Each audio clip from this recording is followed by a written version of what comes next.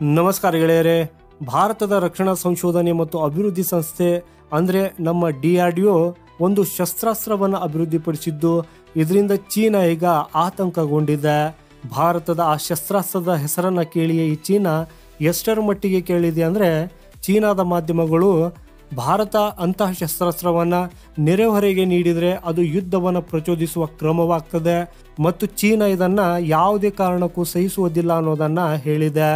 ಗೆಳೆಯರೇ, ಇತ್ತೀಚೆಗೆ ನಮ್ಮ ಭಾರತದ ಒಂದು ಅತ್ಯಾಧುನಿಕ ತಂತ್ರಜ್ಞಾನವು ಪಾಕಿಸ್ತಾನದೊಂದಿಗಿನ ಯುದ್ಧದಲ್ಲಿ ತನ್ನನ್ನು ತಾನು ಸಾಬೀತುಪಡಿಸಿದೆ. ಆ್ಯಕ್ಚುಲಿ ಇದು ಯಾವುದೇ ಮಿಸೈಲ್ ಅಲ್ಲ, ಬದಲಿಗೆ ಈ ತೈವಾನ್ ಭಾರತದ ಅತ್ಯಾಧುನಿಕ D4 ಆ್ಯಂಟಿ ಡ್ರೋನ್ ಸಿಸ್ಟಮನ್ನು ಕೇಳ್ತಾ ಇದೆ. ಇದೇ ಮೊದಲ ಬಾರಿಗೆ ಈ ತೈವಾನ್ ಭಾರತದ ಈ ರೀತಿಯ ಶಸ್ತ್ರಾಸ್ತ್ರದಲ್ಲಿ ಆಸಕ್ತಿ ತೋರಿಸಿದೆ. ಯಾಕಂದರೆ ಭಾರತದ D4 ಆ್ಯಂಟಿ ಡ್ರೋನ್ ಸಿಸ್ಟಮು ಪಾಕಿಸ್ತಾನದೊಂದಿಗಿನ ಯುದ್ಧದಲ್ಲಿ ತನ್ನನ್ನು ತಾನು ಸಾಬೀತುಪಡಿಸಿದೆ. ಅಂದರೆ ಭಾರತದ D4 ಆ್ಯಂಟಿ ಡ್ರೋನ್ ಸಿಸ್ಟಮು ಯುದ್ಧದಲ್ಲಿ ಸಾಬೀತಾಗಿರುವ ವ್ಯವಸ್ಥೆಯಾಗಿದೆ. ಹಾಗೆ ನೋಡಿದರೆ ಈ ತೈವಾನ್ಗೆ ಚೀನಾದಿಂದಲೇ ಅತಿ ದೊಡ್ಡ ಬೆದರಿಕೆ ಇದ್ದು, ಅದು ಭಾರತದ ಆ್ಯಂಟಿ ಡ್ರೋನ್ ಸಿಸ್ಟಮನ್ನು ತುಂಬ ಪರಿಣಾಮಕಾರಿ ಅನ್ನೋದನ್ನು ಈ ತೈವಾನ್ ಗಮನಿಸಿದೆ. ಸೊ ಹೀಗಾಗಿ ಈ ತೈವಾನ್ ನೇರವಾಗಿ ಭಾರತದ ಮುಂದೆ D4 ಆ್ಯಂಟಿ ಡ್ರೋನ್ ಸಿಸ್ಟಮನ್ನು ಖರೀದಿಸುವುದಕ್ಕಾಗಿ ಪ್ರಸ್ತಾಪವನ್ನು ಇಟ್ಟಿದೆ. ಆದಾಗ್ಯೂ ಭಾರತವು ಈ ತೈವಾನ್ನ ಯಾವುದೇ ಪ್ರಸ್ತಾವನೆಗೆ ಇನ್ನೂ ಪ್ರತಿಕ್ರಿಯಿಸಿಲ್ಲ. ನಿಮ್ಮ ಮಾಹಿತಿಗಾಗಿ ಹೇಳೋದಾದರೆ ಗೆಳೆಯರೆ, ಭಾರತ ಮತ್ತು ತೈವಾನ್ ನಡುವೆ ಬಲವಾದ ವ್ಯಾಪಾರ ಸಂಬಂಧಗಳಿವೆ.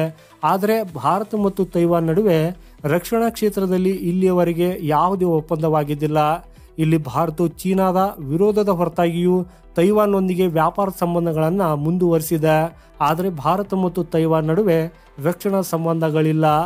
ಆದರೆ ಈಗ ಇಲ್ಲಿ ಪ್ರಶ್ನೆ ಅಂದರೆ, ತೈವಾನ್ ಸ್ವತಃ ಭಾರತದ ಬಳಿ ಬಂದಾಗ ಈಗ ಭಾರತವು ರಕ್ಷಣಾ ಕ್ಷೇತ್ರದಲ್ಲಿ ಈ ತೈವಾನ್ನೊಂದಿಗೆ ಕೈ ಜೋಡಿಸುತ್ತದೆ. ಈ ನಡುವೆ ತೈವಾನ್ನ ಈ ಪ್ರಸ್ತಾವನೆಯ ನಂತರ ಈಗ ಚೀನಾದ ಮಾಧ್ಯಮಗಳು ಭಾರತಕ್ಕೆ ಬೆದರಿಕೆ ಹಾಕಲು ಪ್ರಯತ್ನಿಸಿವೆ. ಚೀನಾದ ಮನಸ್ಸಲ್ಲಿಯೂ ಕೂಡ ಈ ಭಯವಿದೆ. ಯಾವ ರೀತಿಯಲ್ಲಿ ವ್ಯಾಪಾರದ ವಿಷಯದಲ್ಲಿ ಭಾರತವು ಚೀನಾದ ಬೆದರಿಕೆಗಳನ್ನು ಹೇಗೆ ಕಡೆಗಣಿಸಿತ್ತು ಮತ್ತು ಕ್ರಮೇಣ ತೈವಾನ್ನೊಂದಿಗೆ ವ್ಯಾಪಾರ ಸಂಬಂಧಗಳನ್ನು ಬಲಪಡಿಸಿತ್ತು, ಈಗ ಅದೇ ರೀತಿ ಭಾರತವು ರಕ್ಷಣಾ ಕ್ಷೇತ್ರದಲ್ಲೂ ಕ್ರಮೇಣ ತೈವಾನ್ ಕಡೆಗೆ ಹೆಜ್ಜೆ ಹಾಕಬಹುದು. ಉದಾಹರಣೆಗೆ ಸದ್ಯಕ್ಕೆ ಭಾರತವು ಸಣ್ಣದಾಗಿ ಪ್ರಾರಂಭಿಸಿ ಈ ತೈವಾನ್ಗೆ ಮೊದಲು ಸಣ್ಣ ಪ್ರಸ್ತಾವನೆಯನ್ನು ನೀಡಬಹುದು. ಯಾಕಂದರೆ ಈ ಸಣ್ಣ ಪ್ರಸ್ತಾವನೆ ನೀಡುವುದರಿಂದ ಅದು ಹೆಚ್ಚು ಆಕ್ರಮಣಕಾರಿಯಾಗಿ ಕಾಣುವುದಿಲ್ಲ. ಸೊ ಇದರೊಂದಿಗೆ ಭಾರತ ಮತ್ತು ತೈವಾನ್ ನಡುವೆ ರಕ್ಷಣಾ ಸಂಬಂಧಗಳು ಕೂಡ ಪ್ರಾರಂಭವಾಗಬಹುದು.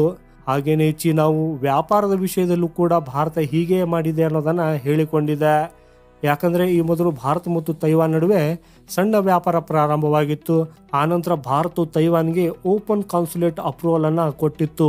ಅಂದರೆ ವಾಣಿಜ್ಯ ದೂತಾವಾಸವನ್ನು ತೆರೆಯುವುದಕ್ಕಾಗಿ ಅನುಮತಿ ನೀಡಿತ್ತು. ಇದು ಮುಖ್ಯ ದೂತಾವಾಸವಲ್ಲದಿದ್ದರೂ ದೂತಾವಾಸದಂತೆ ಕಾರ್ಯನಿರ್ವಹಿಸುತ್ತಿದೆ.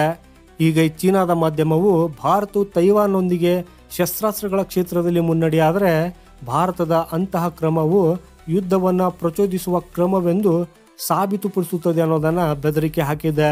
ಅಂದರೆ ಭಾರತವು ಈ ಚೀನಾಗೆ ಮತ್ತೊಮ್ಮೆ ಬೆಂಕಿಯೊಂದಿಗೆ ಆಡಬೇಡಿ ಅನ್ನೋ ಎಚ್ಚರಿಕೆ ಕೊಟ್ಟಿದೆ. ಸೊ ಗೆಳೆಯರೆ, ಮಾಹಿತಿ ಇಷ್ಟವಾದರೆ ವಿಡಿಯೋನ ಲೈಕ್ ಮಾಡುತ್ತಾ ಕಮೆಂಟಲ್ಲಿ ನಿಮ್ಮ ಅಭಿಪ್ರಾಯವನ್ನು ತಿಳಿಸಿ. ಸಿಗೋಣ ಮುಂದಿನ ಮತ್ತೊಂದು ಅಪ್ಡೇಟ್ ಒಂದಿಗೆ.